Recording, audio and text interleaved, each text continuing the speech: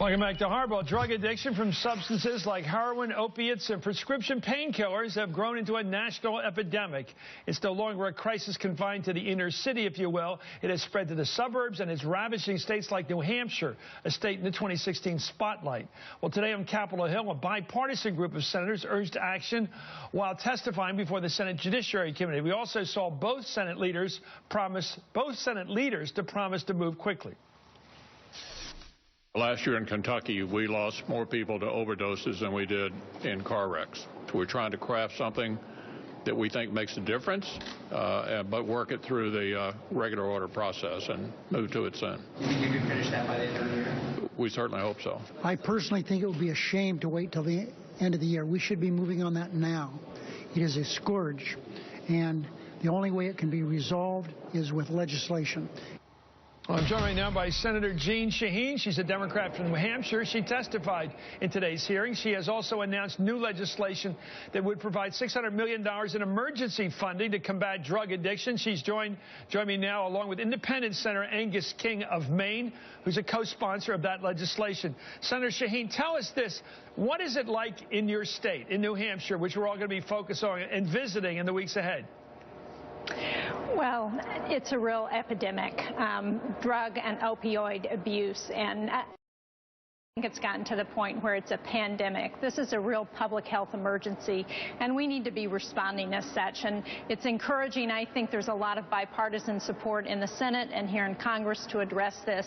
And the legislation that Senator King and I have introduced would be a multifaceted approach to supporting those efforts that we know work, everything from law enforcement to intervention and treatment and recovery to prescription drugs, to making sure that we are taking every opportunity that we can to stop the abuse and to try and help those families who are struggling with this.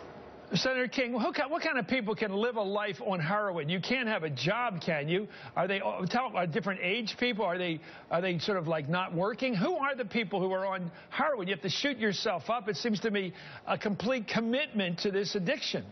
Well, it is. It's a way of life, unfortunately. And the other unfortunate piece, as you alluded to, Chris, in your introduction, is this is no respecter of gender, age, race, anything else. It's really a catastrophe. We're losing nationwide, Chris, 5 people an hour to overdose deaths. Now, that's a small fraction of the people who are addicted, but just think of that. Between breakfast and lunch, we're going to lose more people this morning than we lost in San Bernardino. I mean, it's just unbelievable.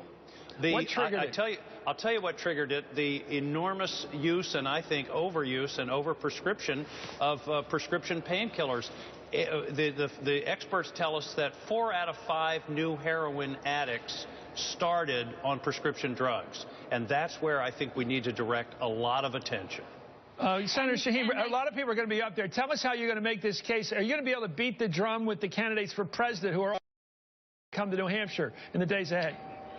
Absolutely, and that's already started. We've heard on both sides of the aisle, the candidates have addressed this. They've talked about what they've seen in their own families, in their own states, and what they think we ought to do. And, you know, I've endorsed Hillary. I think she has a plan out there that would really call attention to how we need to invest to address this. You know, it's costing $700 billion a year in lost productivity. So the $600 million that we're talking about in our emergency spending bill is a drop in the bucket when you think of what we can do to prevent that lost productivity. Yeah. You know, we spent $5 billion last year to address the Ebola outbreak, and we had only 1 death in this country from Ebola.